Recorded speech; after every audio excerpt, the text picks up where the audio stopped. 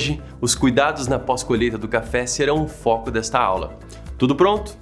Os processos que envolvem a etapa de pós-colheita do café precisam de muito cuidado e atenção, principalmente para evitar a contaminação do meio ambiente, reduzir a utilização de água e garantir a destinação correta dos resíduos. Ao realizar o processamento do café por via úmida, use a água de maneira consciente.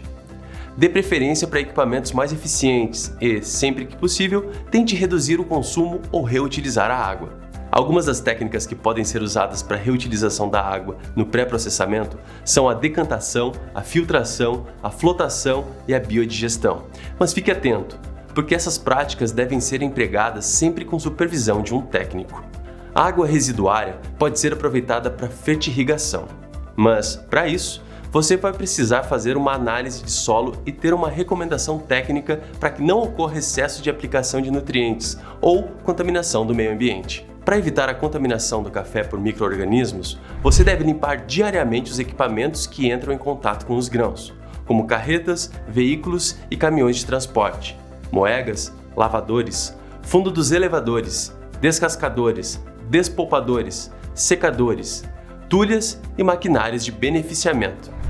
Durante a secagem do café, cubra os grãos para protegê-los da chuva e do orvalho. Se o café voltar a ficar úmido no terreiro, fundo de elevadores, moegas ou carretas, você deve separá-los dos outros lotes e avaliar se ele fermentou. Esse aumento de umidade nos grãos pode causar a proliferação de fungos que produzem ocratoxinas e, como eu já comentei na última aula, essa toxina é bastante prejudicial à saúde. Evite também a entrada de animais domésticos e de criação, roedores e insetos nos terreiros, secadores, tulhas e armazéns para prevenir a propagação de micro-organismos no café. Se a secagem do café não for realizada da forma adequada, ela pode favorecer o surgimento de micro-organismos e causar danos como comprometimento da aparência dos grãos, a redução da qualidade final da bebida e, consequentemente, a diminuição do preço de venda. E lembre-se, a rastreabilidade deve continuar nessa etapa, desde quando o café é colhido e vai para o terreiro ou para a via úmida. As anotações continuam. Os lotes, nesse caso, devem ter um número que vai acompanhá-lo por todo o processo de secagem, armazenamento, beneficiamento, embarque e venda. Sabe-se que os diferentes estágios de maturação do café possuem teores de umidade distintos. O café verde, por exemplo, possui umidade entre 60% e 70%. Já no café maduro, esse teor é de 45% a 55%. Por causa dessas diferenças, é importante que você fique atento ao período ideal de secagem de cada estágio. É muito importante que você separe os grãos por estágio de maturação na hora de realizar essa etapa. No Brasil, geralmente os produtores usam 3 métodos de secagem: secadores mecânicos, terreiros ou uma combinação desses dois. Os secadores mecânicos podem ser rotativos ou estáticos. Os rotativos ajudam a diminuir o tempo necessário para a secagem, possibilitam que ela seja feita em regiões úmidas e em períodos de chuvas e ajudam a reduzir a interferência climática na qualidade do café. Mas se eles forem usados de forma inadequada, esses tipos de secadores podem prejudicar a qualidade dos grãos, devido à desigualdade na secagem, e comprometer o cheiro do café, por causa da impregnação do odor do combustível utilizado nas fornalhas. Para não errar ao usar esses equipamentos, não preencha totalmente o secador com café. Deixe sempre uma folga de 15 cm na parte superior do secador, para que o café tenha uma boa movimentação durante o processo de secagem. Também é recomendado que a temperatura da massa de café nesses secadores não ultrapasse os 40 graus para os cafés cereja, 35 graus para os cafés em pergaminhos e 30 graus para os cafés verdes. O aquecimento do ar nos secadores mecânicos pode ser feito de várias formas. No Brasil, a maioria das propriedades produtoras de café utilizam as fornalhas a lenha. Elas podem ser classificadas como de fogo direto ou indireto. O cheiro de fumaça que impregna no café geralmente aparece na secagem feita com secadores que usam fornalhas de fogo direto. O grande problema do cheiro de fumaça pegar no café é que ele se sobrepõe aos aromas característicos de um bom café. Atualmente, cada vez mais os cafeicultores têm utilizado caldeiras a vapor para o aquecimento do ar da secagem. Esse método reduz o custo de mão de obra e o risco de incêndio na massa de grãos. Além disso, Ele reduz o uso de lenha em até 50%, em algumas propriedades em comparação com o consumo das fornalhas convencionais. Os secadores mecânicos estáticos também são equipamentos que vêm sendo cada vez mais utilizados pelos cafeicultores do Brasil. Esse sistema tem a vantagem de reduzir ou até eliminar a necessidade da pré-secagem do café no terreiro, porque saindo da lavoura, os grãos podem entrar diretamente no secador para uma pré-secagem. O sistema estático também elimina a necessidade de movimentação dos grãos durante a secagem e, com isso, você consegue trabalhar com lotes de frutos com diferentes graus de umidade e estágios de maturação. Tudo isso ajuda a reduzir os custos de mão de obra e o consumo de energia. O secador estático funciona com fogo indireto, com uma fornalha e uma turbina que direcionam a corrente de ar aquecida até os grãos. Já a secagem em terreiro é o método mais adotado pelos produtores brasileiros e é a forma natural de realizar essa etapa, porque ela acontece expondo o café ao sol. Existem diversos tipos de terreiros: de terra, concreto, lama asfáltica, suspensos ou estufas.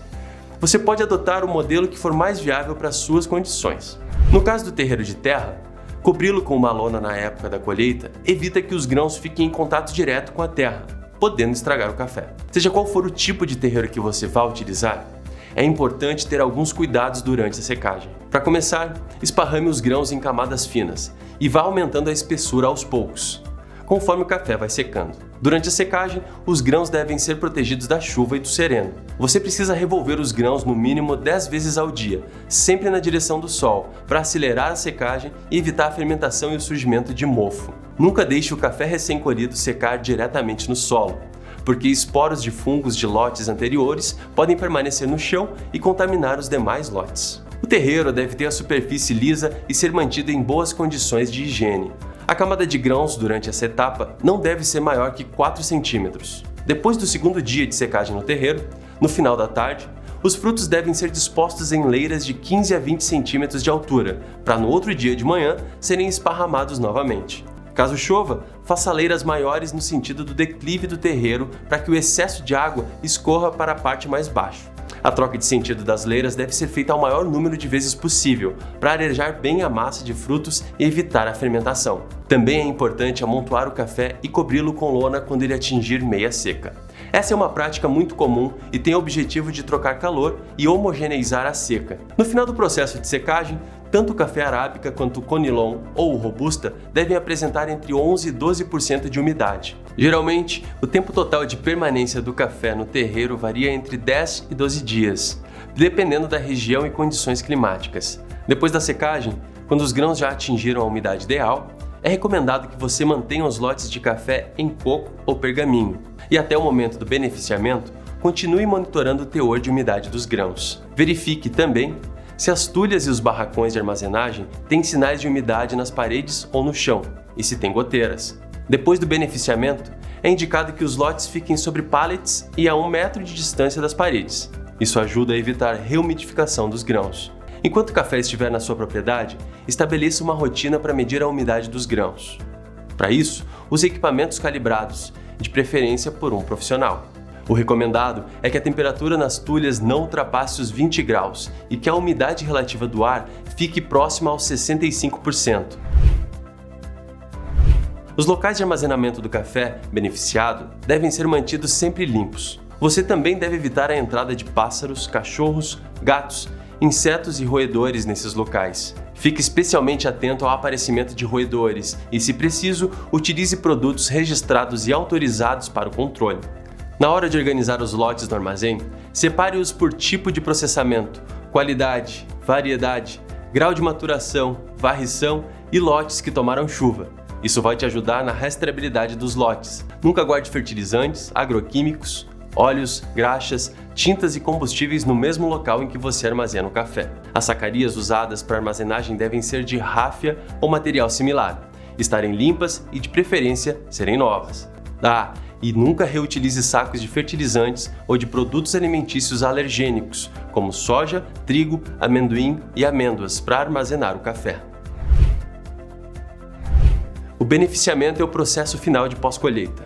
É nesse momento que o café é preparado para comercialização. Existem diversas etapas no beneficiamento, e você pode fazer o processo todo dentro da sua propriedade ou realizar parte dele e contar com o suporte de armazéns gerais para preparar os lotes, se necessário. Antes de começar o beneficiamento, é importante que o café descanse por pelo menos 30 dias nas tulhas. No caso dos cafés descascados ou despolpados, esse tempo tem que ser de no mínimo 10 dias. Se possível, evite comercializar seu café em coco. Isso pode trazer perdas do valor da saca. O café é um commodity comercializado em bolsas de valores. O Arábica é negociado pela Bolsa de Nova York e o Robusta e o Conilon são comercializados na Bolsa de Londres. Em razão disso, o preço do café está sujeito a oscilações do mercado que ocorrem por uma série de fatores. Por esse motivo, é fundamental que você tenha uma boa gestão da sua produção e saiba corretamente quais são os seus custos. Assim, você tem mais embasamento para negociar seu produto, entender os valores necessários para cobrir seu custo de produção e gerenciar as margens de lucro. Você pode escolher diferentes modalidades de venda do seu café, aproveitando as oportunidades que o mercado oferece. Uma das mais conhecidas é a venda de café físico. Esse tipo de venda acontece quando você negocia o café quando precisa levantar recursos ou quando o mercado tem uma alta de preço que pode ser vantajosa para você naquele momento. Nesses casos, o café é comercializado em cooperativas, corretoras e comercializadores no momento que for mais oportuno. Outro tipo de venda é a de mercado futuro. Nesse caso, você fixa o preço do café por meio de contrato, para reduzir o risco das variações dos preços ao longo do tempo, garantindo previsibilidade da receita. Mas você tem que ficar atento para entregar o café na qualidade negociada na data determinada no contrato. Se você entregar um café com qualidade diferente, que seja inferior, por exemplo, você pode sofrer penalizações no valor que vai ser pago pela saca. Assim como na venda de café físico, você também pode fazer a venda futura em cooperativas, corretoras e comercializadores. Outra modalidade de venda que tem ganhado cada vez mais espaço nos últimos anos é a troca de café por produtos, conhecida como barter.